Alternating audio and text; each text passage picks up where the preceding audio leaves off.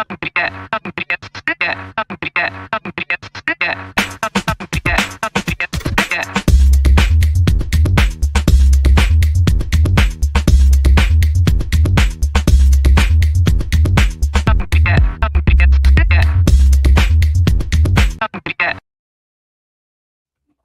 Chris. Welcome back.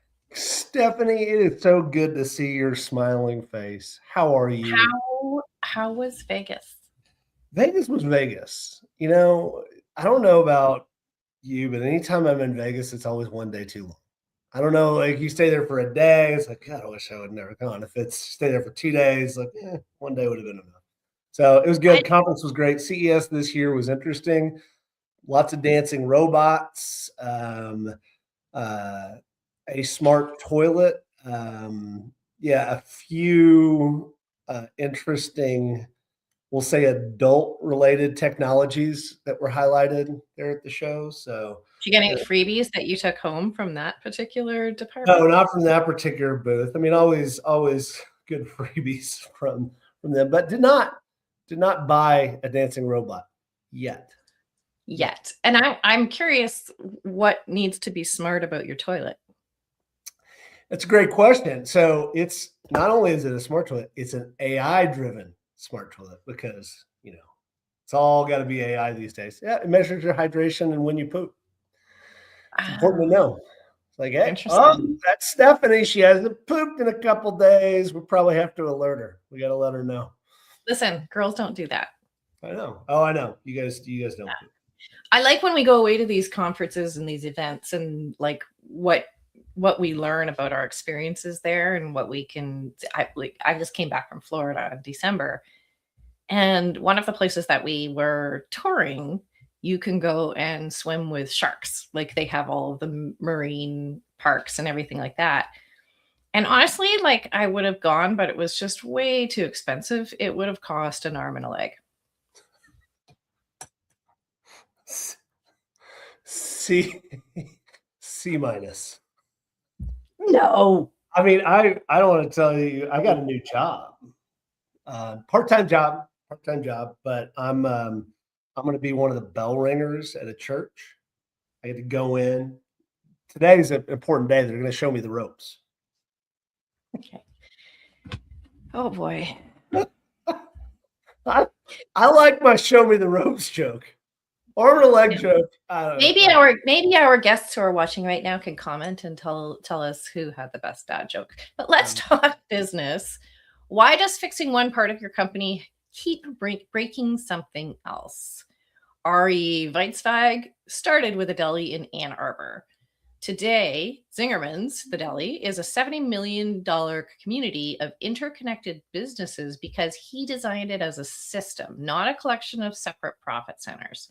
Today on How to Founder, we're going to be talking about systems thinking for your org chart. This is after my own heart, how delivery, service, operations, and finance connect as an interconnected system.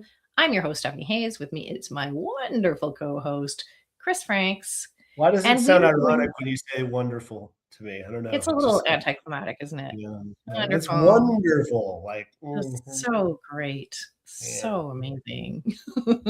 Our guest, Todd, is a turnaround strategist who has generated over $200 million in enterprise value by helping companies see their structure as a connected system instead of isolated departments. I can't wait for this conversation. I love it. And let's bring Todd on. And hi, Todd. How are you? Fantastic. How are you guys? Great. Todd, your internet is being, no audio delay. Todd, first of all, you have to say where you're from. I am from Cleveland, Ohio. We are snowed in this morning. Of course, we have to make jokes about internet in Cleveland just being a little slower than the rest of the country. It's fine. You download the latest version? Is that what happened?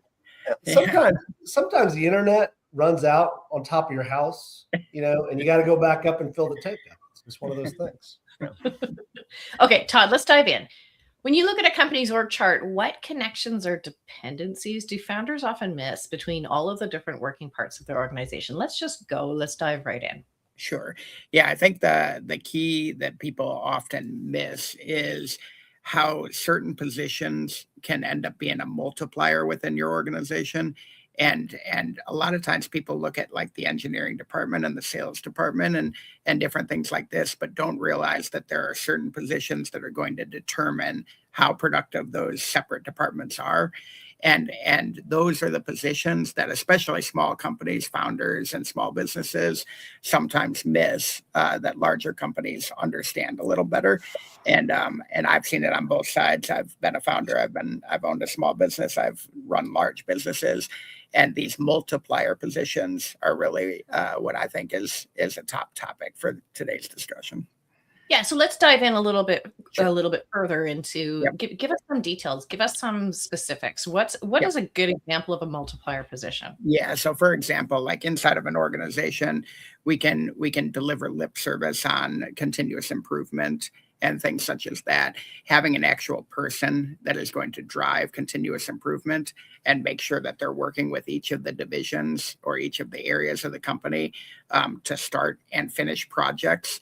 That would be the multiplier position. Somebody who is not only going to make their portion productive, but actually make every single other person in the company more productive by taking things off their plate that they might not be the best at. So the idea is, and something that I always talk about in my companies is, we want you working all 40 to 50 hours of your week on things that only you can do. So if you think about a multiplier position, what they're doing is they're taking the stuff off your plate that is not your specialty, right? So you don't need to learn how to do continuous improvement. You need to show up to the meetings and activate the continuous improvement. And so that multiplier position is the person putting you in the situation where you can spend all your time making money. Yeah. So continuous improvement, lean, like all of those frameworks really apply well and work well in larger organizations. How do we back that up for a founder of a new organization of a small business? Like, how do we find a version of that that's going to apply to someone who's just starting out? Yeah, and I thought when I bought my first small company, I thought that might be a challenge, where there wouldn't be enough things to do in the continuous improvement realm. What I found is that it's actually much easier to drive continuous improvement in a small organization where you don't have to break through all the barriers of, it's been this way for 30 years. It affects 15 people's jobs, everything. You have to retrain the whole org on a different methodology. But things such as like driving a new quoting calculator to lower lead time, or changing the way you purchase an inventory item so that you can be more flexible in your manufacturing. Like, all these things are actually much easier to do inside of a small organization.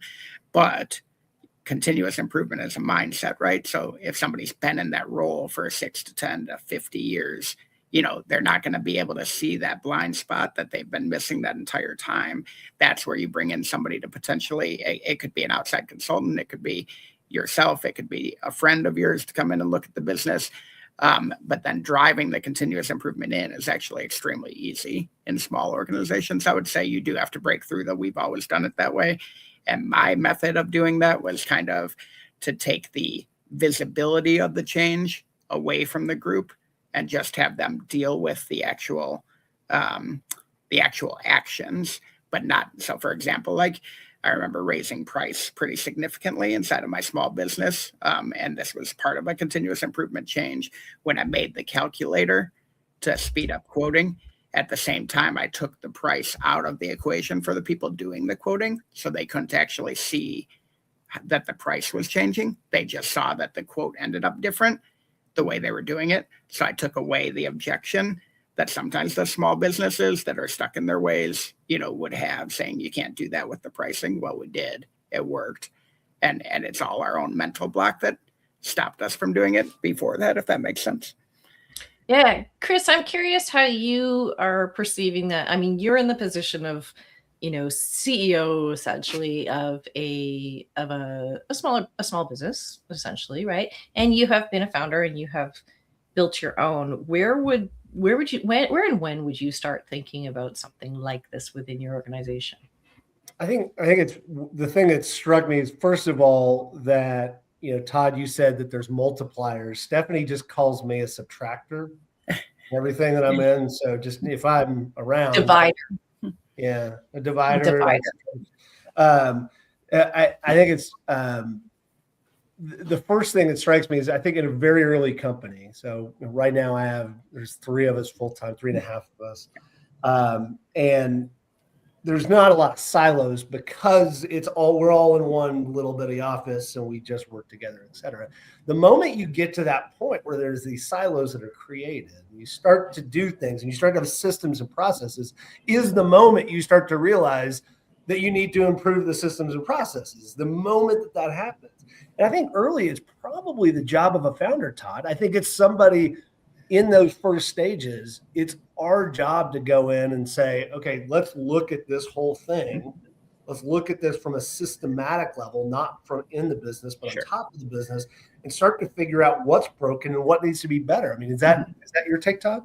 Yeah, it is. And I think the key question that I've started to ask just over the last couple of years of a fairly long career makes this much more simple inside of big or small businesses. The idea is if you do focus on this idea of making sure that your employees are focused solely on the things that only they can do, that is actually the easiest way to uncover continuous improvement opportunities when there aren't really silos, when it's just kind of all hands on deck and you're all running at everything all at the same time. Because what you're going to find out is that key employee that you have that's so good at everything, if you actually break down his week, figure out how much time he's spending doing the stuff only he can do rather than how much time he's spending doing the stuff that you're asking him to do, you know what I mean? That has to get done. You're going to find out that you're using your best talent to do some pretty meaningless tasks that just have to get done. And what you might find out is that those tasks cost $15 a month if you outsource them, or that those tasks cost $100 a month if you outsource them. And when you look at how much you're paying that person or how much value they could drive if they had 8 hours more, you'll find that there's some continuous improvement opportunities kind of hiding in plain sight, if that makes sense. Stephanie, can I turn around and ask you this question too, which is like, so I think I end up being that person early on, right? Like, so I end up being the person that's doing all this stuff. It's probably, overpriced for the stuff that I'm actually doing, right? Stephanie, how do you let go of those things? Like, because for me, it's kind of this control mechanism early on. I'll give you, like accounts payable. Like, I want to make sure I'm involved in accounts payable, but reality is just a system. I can systematize, I can improve that from kind of the absolute mess it is today. Is that something I know, Stephanie, you do this for a living, but in the past, is that something you struggled with or no? I would say, again, this is about getting to know yourself as a founder really well, but I would say that there's some friction here because there's a couple things going on. So founders want to do all the things because they want to make sure they understand and they know and that they have control, and because there's so much on the line and blah, blah, blah, right? So there's a little bit of that. It also helps them feel like they're doing something. And so they'll often end up doing just all the things because then if they don't, they feel like maybe they're not contributing or they don't have any sort of impact on the success of the organization. And I would also say that a lot of CEOs they're the curse of the expert, right? They know their business too well. They think about it too much and they have all this narrative around it.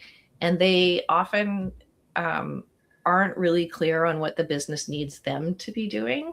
And so they focus on being that busy, exhausted founder because that's what I'm supposed to be. So when we start to take them out of the role that they think that they need to be in and get them doing the work that the business needs them to do, that can be a really important transition for them. Where it starts to get kind of funny is when the business needs X, and yet your people, Jane over here in this role is doing the work, but actually her best work and her most aligned work is something else. And so the business needs her to do these things or somebody to do these things, yet Jane's most aligned work is over here doing something else. And maybe the business isn't ready for that. And we're just kind of coming across that right now in one of our businesses. And so we've had to let someone depart not because they didn't perform, but because what the business needs right now is not aligned with what this person is most skilled at. So I'm wondering, Todd, when you come up against that, what does that sort of trigger for you? Yeah, so a couple of things as you were talking that popped into my mind. I have a keynote where I talk about poor people add, millionaires multiply, but billionaires subtract. And the idea there is that busy is not brilliant. You know what I mean? Like busy is not breakthrough. And as we are early in our careers, and I did this, dramatically, I would spend 60, 70 hours a week, 80 hours a week. That was a badge of honor. I was so busy, I'd have 2 phone calls like this going at a time, like listening in on conference calls, and real quickly realized later in the career that is not how you work. And then I came up with this multiplier mentality where it's like, okay, what we need to do is multiply our effort and make sure that every hour we're spending gets 2 hours of productivity. But then I ran into somebody who goes, billionaires subtract. And the idea there is extreme focus, and getting stuff out of the org. Like you said, sometimes there's just stuff that's happening inside the org that you don't need to do anymore, or that it's not your core competency. And sometimes you have to get rid of that. And if somebody is attached to that and they don't have other skills, then unfortunately that's going to happen, what you just said. You know what I mean? But that's an extreme focus mentality where you are going to make more money, again, if you spend all your time on the things that are, we always say, make as much money as you can every minute of the day. That's kind of the mantra, right? And you want yourself to be as productive as possible, because people don't care if they work an extra half hour.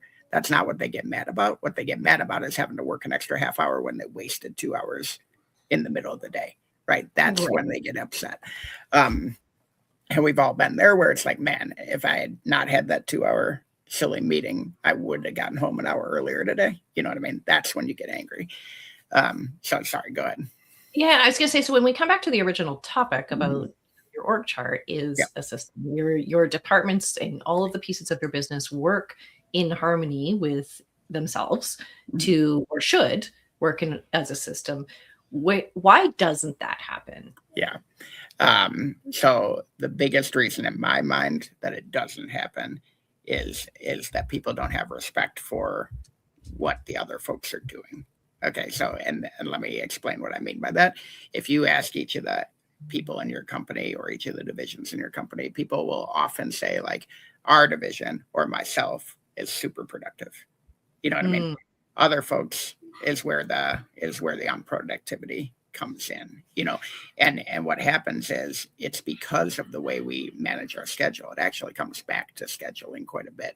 Is you put a meeting on the books and you invite everybody, you know what I mean? Because they may have some input on that topic, but if they don't have input on the decision, or if they are not a decision maker, are they really valuable in that meeting? Do they need to be in there for the whole hour and a half? Could they come in for 15 minutes at the beginning or the end? Could they have an email afterwards? Do you know what I mean? But as you start to build your schedule, a lot of people have 20%, 30% too many employees because of the way that they schedule all of their activities. And you just need that many people because so many people have their hands in so many things. We call it decision dictatorship. And people don't like that word, but decision democracy causes you to have 20% more overhead and causes you to be extremely unproductive. Whereas decision dictatorship doesn't mean the CEO makes every decision. It means one person makes each decision. Does that make sense? Yeah. In my experience, I think integration, like an integrated culture and integration across an organization, is very much facilitated by walking away from a real hierarchical model of how we build our organization. So, Chris, I'm going to go back to you for a second. You are right in this phase right now of deciding how the. I was crying a little bit. I was tearing up when Todd was talking about the time. This is normal. He's a pretty emotional guy. Seeing a few mistakes that I've made along the way, sure, yeah. But so. We've talked about this before, and this is, obviously a soapbox that I get up on, but when we start thinking about the hierarchy inside of our organization, when we start thinking about it early on, we can avoid these traps of high growth companies where that disintegration starts happening because we get so focused on process and trying to put everything in buckets. And so how do we stop that thinking early on so we don't end up in that like almost lacking agility because we've tried to fix things the way that a big old corporation is going to do it? Yeah, I mean, it's funny because I'm preparing to teach an organizational design class, and it's about how do you design larger, particularly very large organizations to be effective. And I'm looking at my experience right now. And Todd, the thing that you said, it just resonates so deeply with me. It's the thing that we screw up the most, Stephanie, is that we fail to remember that the single most valuable thing that we have control of at any given moment is our time. And then secondarily, it's the time of the people that work in the organization. Like, how are we directing the organization to try to get things done? That requires management leadership skills. It requires us to move in the right direction, et cetera. And so to answer your question directly, Stephanie, it's about the allocation of time. And it is a huge resource. It's the only resource, really. You've got capital, but that capital typically is earmarked to go to other places. You have to, spend that money to go do things, right? How you do that work is everything. And so I think that for me as a founder, and I am going through this right now, there's so many different hats that I'm wearing. How do I prioritize which hat that I'm putting on at any given moment and how much time I allocate to that? And the reality is that I find myself in stressful environments defaulting to something that makes me feel productive, but is not the most important thing. Yeah. So like, I'm going to go back and look at this spreadsheet again because I like spreadsheets. It's orderly. Yeah. There's columns and rows. It's beautiful. Yeah. And forgive me if I come up with a framework or discuss a framework here, but it's a mathematical equation that I think is valuable for people to keep in mind. So when I was growing up in business, a lot of folks would actually talk about this activity times efficiency equals success equation. And that really resonated with me, right? You can either work more hours or you can be better at your job. You know what I mean? And if you do one and not the other, you still get more done. If you do both, it kind of multiplies, right? So it's really easy. Just tell your guys to work more hours and get better at their job, right? Like super simple. So what happened is, as I got later on, I realized that a third part of that equation exists, and that's this focus. So it's activity times efficiency times focus equals results. And that's how much of your time you're spending on the things that only you can do and the things that make the most money. Now, on top of that, because of technology, the second aspect of that, the efficiency, has changed pretty dramatically, because now we can take the things that we are doing in the day, and there's a big difference between somebody who's really good at their job and somebody who's really good at their job and understands technology to the point that they can start systematizing, automating, using AI, using outsourcing. All these things exist in a much different capacity than they did 10 years ago. And so you can have the same person with unequal skills, like actually fewer skills, that is way more productive because they understand that second issue, which is the efficiency of their day. And then you take it to the schedule, Chris, and you say, okay, now I'm going to focus and make sure that all 8 of my hours are on things that only I can do and that are making me the most money.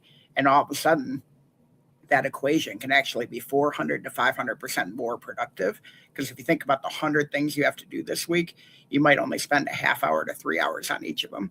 But if you get it down to 3 or 4, these are the things that I'm going to do that drive the most value to the business, and you spend 10 hours a week on it, it's 4 or 5 times as much time spent on those key activities. And if you think about it in a bigger business like you're talking, Chris, and you have 150 people doing that, that's how we run our business. So we say every one of you needs to spend as much time as possible on these key 3 to 5 activities. It's different for each person. That is driving the most value to the organization. All of a sudden, you're 400%, more productive. And that's actually, we've doubled EBITDA at 3 different companies with this methodology. I want to steer us back to the topic that we were starting on here, and we've kind of meandered off into productivity and time and that sort of thing. And I don't think that's so much the intention what we're trying to tease out here, and I think this is a really important and interesting conversation to have, which is the integration of all of the different pieces of our business, right? And that may or may not happen regardless of how you spend your time. So I want to go back to this business as a system, and how do we avoid that trap of building silos and having these sort of disintegrated pieces of the business? And I think that has to be a very intentional effort, because it's very easy to follow old business principles when we don't know anything better, and start building HR departments and start building like all of these things that are actually going to keep us not agile.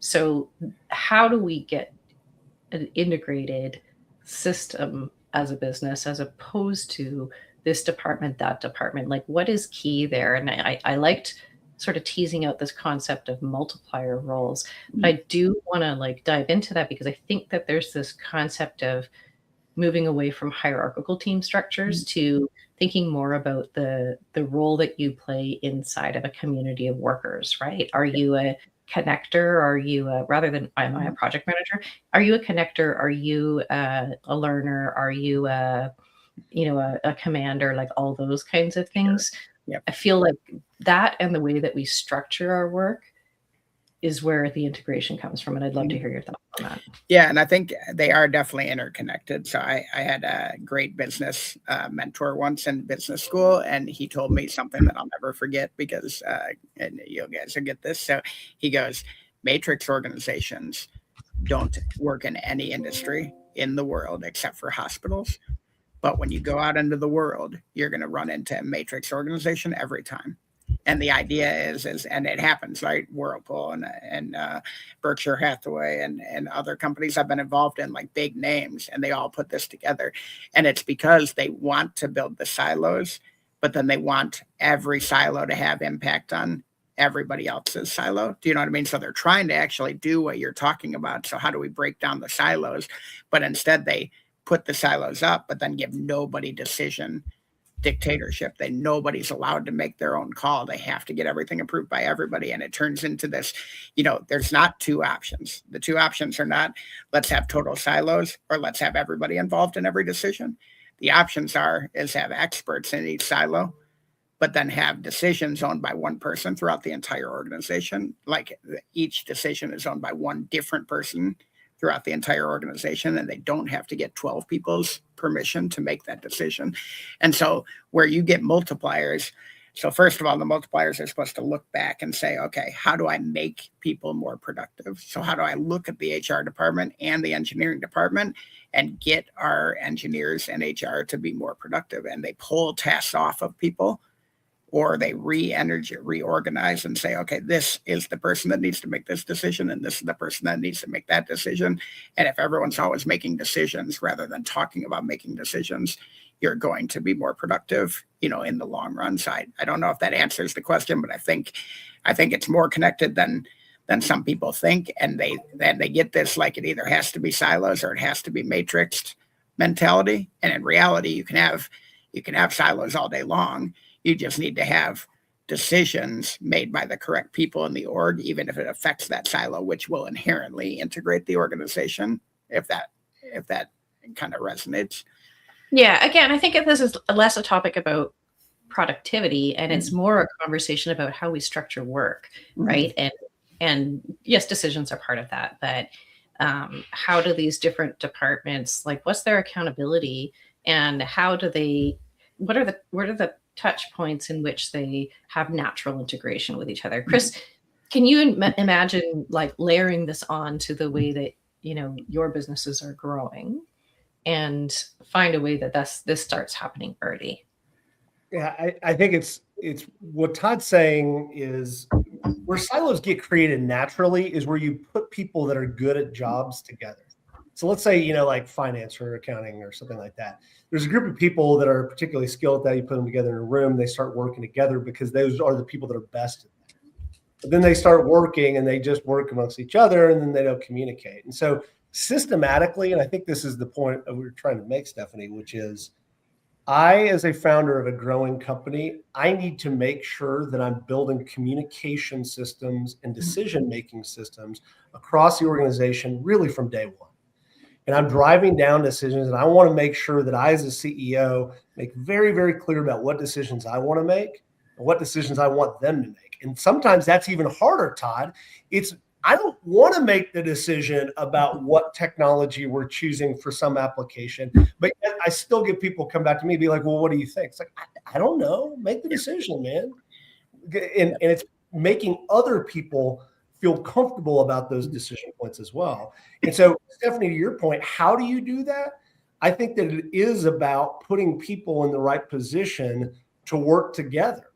Yeah. And how do we do that? There are some people that just want to have their heads down, and that's okay, right? And there's others that we need to communicate with.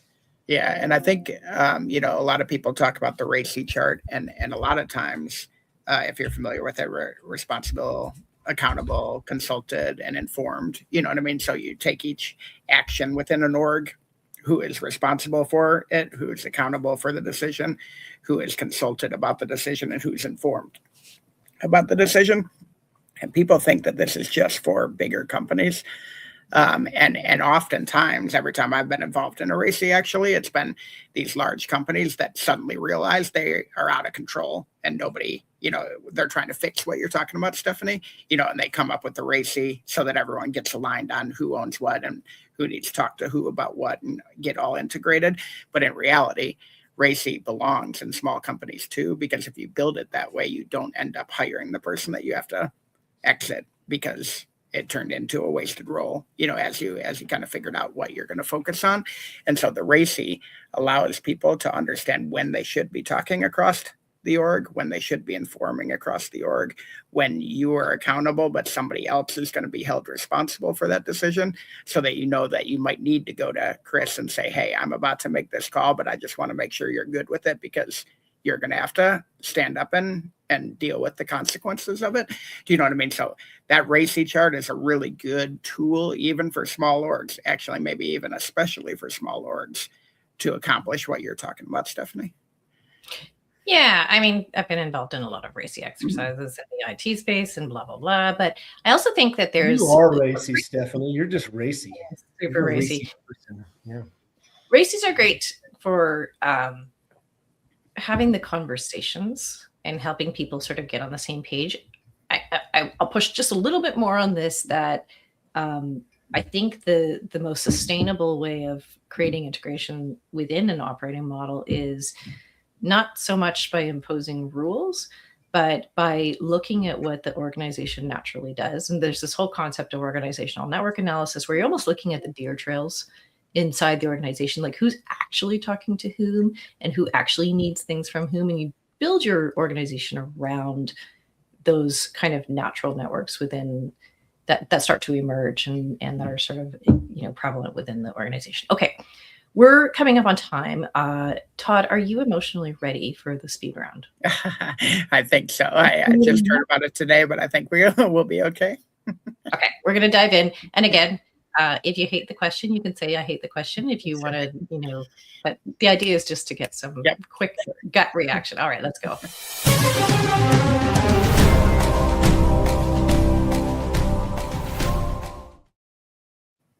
All right, let's dive in. Delivery hits all metrics, but customers still complain. Whose problem is it? Ours. Yeah, your problem is setting expectations. Right, but who owns the problem? Oh no, the customer. So the company definitely owns the problem. You have to. If the customer is still complaining, it means you didn't set expectations, and that means your delivery didn't hit on all metrics. It hit on all the metrics you put on paper.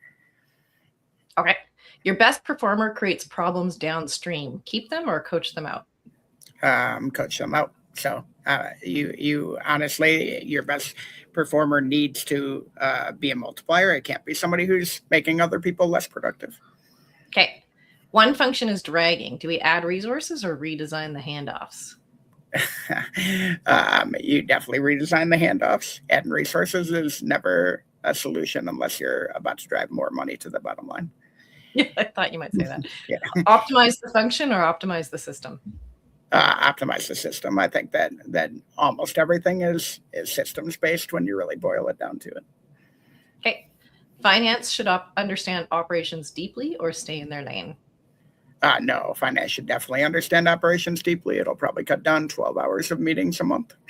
Okay. Awesome. All right. Great conversation. A couple of deep dive resources for you. The Fifth Discipline by Peter Senge and Thinking in Systems by Donella Meadows. Good conversation today. Todd, how can our listeners learn more about you? Absolutely. ToddHagopian.com. I have hundreds of articles on there about the different frameworks that we use to drive productivity, profitability, and better decision making. And then obviously I have the book coming out here next week. So The Unfair Advantage on Amazon by Todd Hagopian is actually a business fiction novel that goes through a lot of these frameworks in a fictional setting that'll help you understand it. Awesome. I love it. Okay. Well, go pick up Todd's book and learn a little bit more about integrating those creating your business as a system. I'm a huge advocate for that. Chris, you want to take us home?